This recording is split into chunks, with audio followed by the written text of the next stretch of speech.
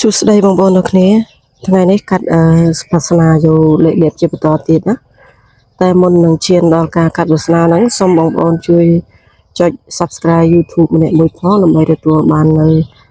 លេខលៀបលេខស្នាងជាបន្តទៀតណាបងប្អូនតើតើនឹងកាត់វាសនាទី1ហ្នឹងគឺខ្ញុំឃើញយល់សពថាជិះឡានណាបងប្អូនហើយឡាននោះក៏ពណ៌សដែរហើយអ្នកបើកឡាននោះគាត់អាយុខ្ទង់30ឬក៏40តែគាត់ពាក់អាវខ្មៅហើយអ្នកដែលជិះរួមទៅជាមួយហ្នឹងក៏គាត់ខ្ទង់40ដែរឡាននោះគាត់យកទៅឈប់នៅកន្លែងដីដែលមានទឹកមានទឹកតិចតិចណាធម្មតាតែមានទឹកវាមានផុសហើយបងប្អូនអញ្ចឹងហើយបើសិនជាលេខដែលខ្ញុំឲ្យបងប្អូនបុកត្រង់នៅថ្ងៃនេះខ្ញុំឲ្យបងប្អូន39មួយគ្រាប់និង44 45ហើយបើសិនជាបងប្អូនចង់អូសបងប្អូនអាចអូសខ្ទង់30ទៅហើយនឹង40ប៉ុន្តែថ្ងៃនេះ40ដើរច្រើនបងប្អូនហើយមួយទៀតឃើញពាក្យនាឡិកាពណ៌សអញ្ចឹងនាឡិកាខ្ញុំគិតថាបងប្អូនដឹងថាកាត់ហាឬកាត់កោទេនាឡិកាបងប្អូនតាមមកបងប្អូនអាចកាត់បាននាឡិកាដែលស្រាប់តែខ្ញុំកាត់កៅ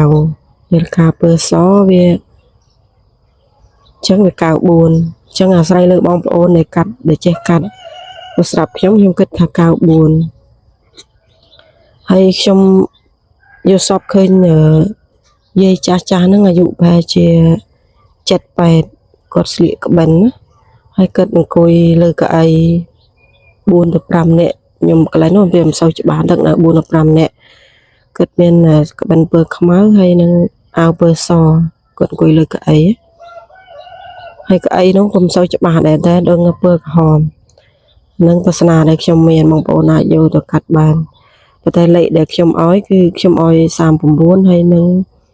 44 45បងប្អូនអាចអូសខ្ទង់30ខ្ទង់40អាហ្នឹងអាស្រ័យលើបងប្អូនព្រោះថ្ងៃនេះលេខខ្ញុំមានតែប៉ុណ្្នឹងទេបងប្អូនចាអរគុណច្រើនហើយសូមឲ្យមានហេងទៀតហើយលេខម្សិលមិញយើងចេញ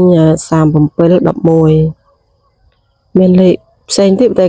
38ខ្ញុំឲ្យ37វាចេញ38ហើយវានៅ33ដល់ពេល